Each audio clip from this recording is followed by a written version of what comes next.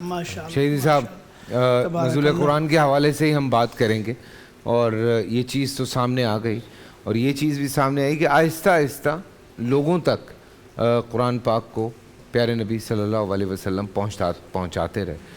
تو اوبویسلی اس سے پہلے کچھ کتابیں اور بھی تھیں، غالباً 3 اور کتابیں ہیں۔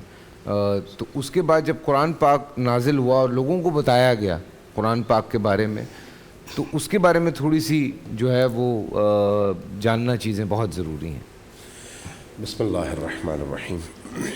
اللہ تبارک و تعالیٰ نے عالم بشریت کی ہدایت کے لیے 2 طرح کے اقدامات کیے۔ ایک یہ کہ انہی میں سے ایک نبی بھیج کر، دوسرا انہی انبیاء میں سے کچھ نبیوں پر اپنے صحیفے نازل کر کے۔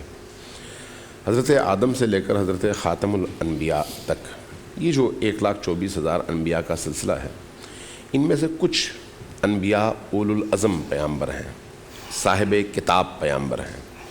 جو صاحب کتاب پیامبر ہیں ان پر اللہ تبارک و تعالیٰ نے اپنے صحیفے نازل فرمائے۔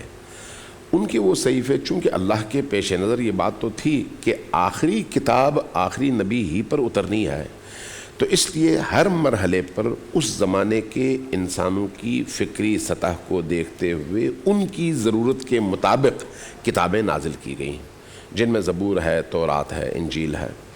تو یہ جو کتابیں اللہ تبارک و تعالیٰ کی طرف سے نازل ہوئیں، بعد میں انہی انبیاء یا اسی نبی کی قوم نے اس میں تحریفات کیں، اس میں تبدیلیاں کر دیں، اور جب تبدیلیاں کیں تو پھر اصل جو حقیقت تھی وہ چھپنے لگی، اور لوگوں کی خواہشات اللہ کے حکم کی صورت میں لوگوں کے سامنے آنے لگی۔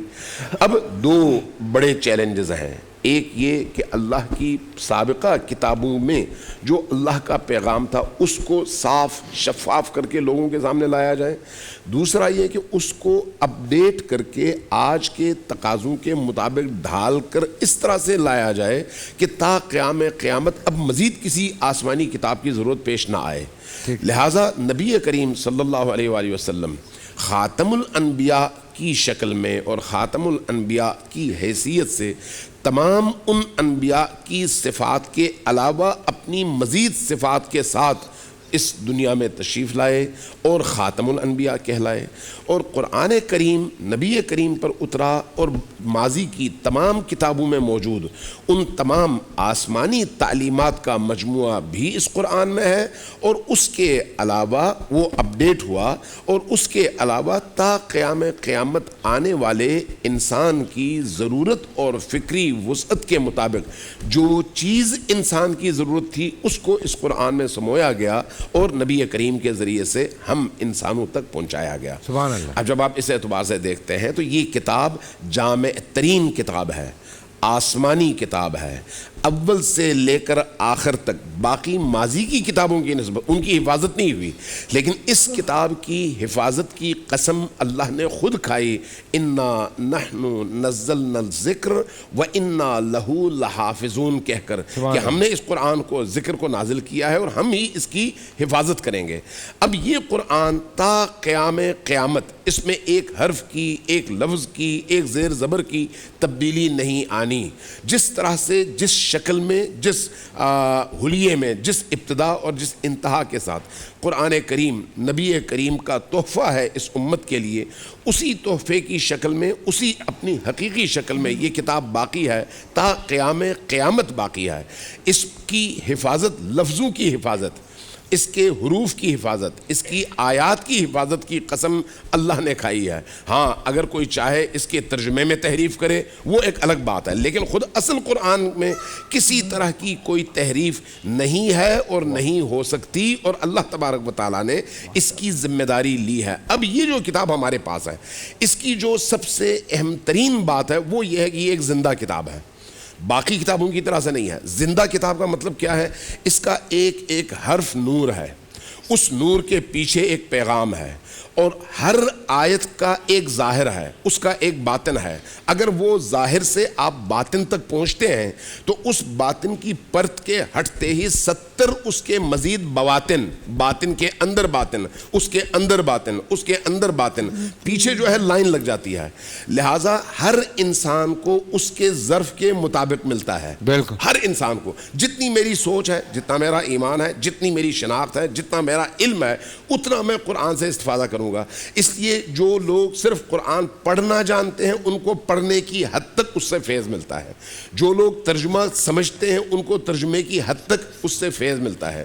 جو لوگ معانی قرآن اور روح قرآن سے آشنا ہوتے ہیں، جتنے وہ آشنا ہوتے ہیں ان کو اتنا ہی اس سے فیض ملتا ہے.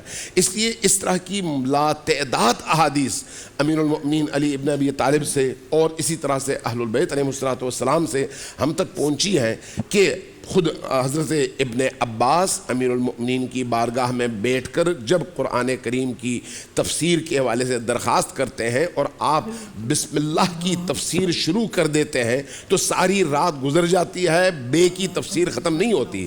اور تب یہ بات آتی ہے کہ اگر علی قرآن کریم کی تفسیر بیان کرنا شروع کر دیں تو اونٹوں پر لادے جانے والی کتابوں کی تعداد تو بنے گی لیکن تفسیر ختم نہیں ہوگی. اس لیے کہ قرآن کا جو پیغام ہے وہ عالمی، کائناتی اور اسرار و رموز سے بھرپور ہے. اور علی جیسی شخصیت نبی کے بعد جب قرآن کو بیان کرے تو پھر ان مفاہیم اور معارف کو بیان کریں گے وہ دسترس سے باہر ہے. اب ہماری ذمہ داری کیا ہے؟ جتنا ہم میں فہم ہے، جتنی ہم میں طاقت ہے، قرآن کے لفظوں کو دیکھنا اس لیے ثواب ہے. آپ کو پڑھنا نہیں آتا، صرف قرآن کو کھول کر اس کے لفظوں کو دیکھیں، اس کا بھی ثواب ہے. اس لیے بیان کیا گیا ہے کہ قرآن سے آپ کا رابطہ جو ہے وہ جڑا رہے. آپ کا دیکھنا ثواب، آپ کا ان لفظوں کا پڑھنا ثواب، ان لفظوں کے ترجمے پر غور کرنا ثواب، ایک ایک لفظ کو اپنی روح میں اتارنا ثواب. اس لیے یہ جو قرآن کریم ہے اس میں اتنی زیادہ گہرائی ہے کہ شاید میں ایک دفعہ اشارہ بھی کر چکوں کہ بعض ہمارے بزرگوں کو میں نے خود دیکھا ہے کہ جب وہ قرآن کھولتے ہیں اور آپ کے چہرے کو دیکھتے ہیں تو آپ کی پوری ہسٹری ماضی سے لے کر مستقبل تک وہ بتا دیتے ہیں اسی قرآن کی بنیاد پر. اس کی وجہ کیا ہے؟ قرآن سے جو لوگ روح سے آشنا ہوتے ہیں ان کے لیے قرآن پھر اپنے معارف کے دروازے بھی کھول دیتا ہے. اس لیے یہ ایام قرآن کریم سے زیادہ اپنے آپ کو وابستہ، اٹیچ اور قرآن کی روح سے آشنا ہونے کا موقع ہے جو اللہ نے ہمیں عطا فرمایا. بے شک. بول انٹرٹینمنٹ کے شوز دیکھنے کے لیے ہمارے چینل کو سبسکرائب کریں اور بیل آئیکن پر کلک کرنا نہ بھولیں.